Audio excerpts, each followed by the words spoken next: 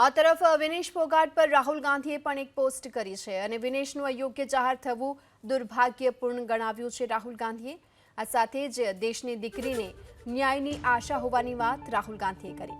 આશા છે કે ભારતીય ઓલિમ્પિક સંઘ વિરોધ કરશે અને રાહુલ ગાંધીએ એમ પણ કહ્યું છે કે અમને વિશ્વાસ છે કે મજબૂતી સાથે ફોગાટ વાપસી કરશે। દેશ વિનેશ ફોગાટની સાથે હોવાની વાત રાહુલ ગાંધીએ કરી છે। તો અમને વિશ્વાસ છે કે મજબૂતી સાથે વિનેશ ફોગાટ વાપસી કરશે, રાહુલ ગાંધીએ આ ટ્વીટ કર્યું છે।